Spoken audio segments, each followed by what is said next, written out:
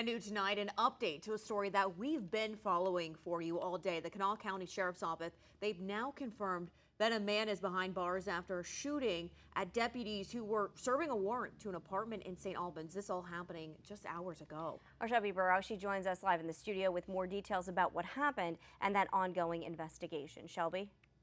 The Kanawha County Sheriff's Office say that the deputies were met with multiple rounds of gunfire coming from inside the apartment, but they did not return fire. This all happening while a woman and a 9-year-old child were inside.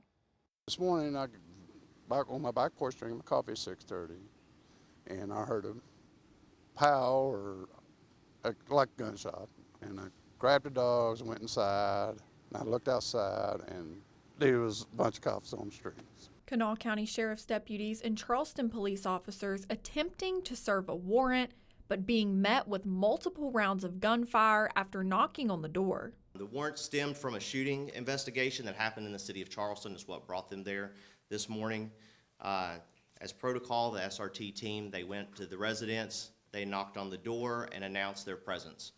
When they did, they were immediately met by gunfire. The incident happened about 6 this morning at an apartment on B Street in St. Albans. Deputies say 18-year-old Joel McGee opened fire on officers with a rifle from inside his apartment.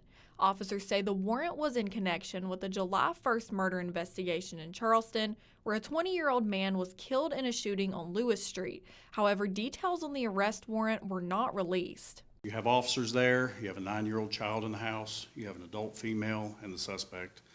We're grateful none of them were harmed. We're glad the suspect turned himself in. Investigators spent hours at the scene and say there have been roughly 20 shell casings found at the scene. Those rounds were located inside the apartment, and there were rounds located outside the apartment and an apartment adjacent to the suspect's residence. This neighbor, who does not want to be identified, says he watched the scene across the street unfold. You don't know if somebody's going to run behind your house, trying to get away or anything. You don't know that. I've lived here for 23 years. It used to be real bad. No one was injured at the scene. McGee is facing 13 charges of wanton endangerment, and officers say they anticipate more charges to come as the investigation unfolds. Live in the studio, Shelby Burrow, Eyewitness News.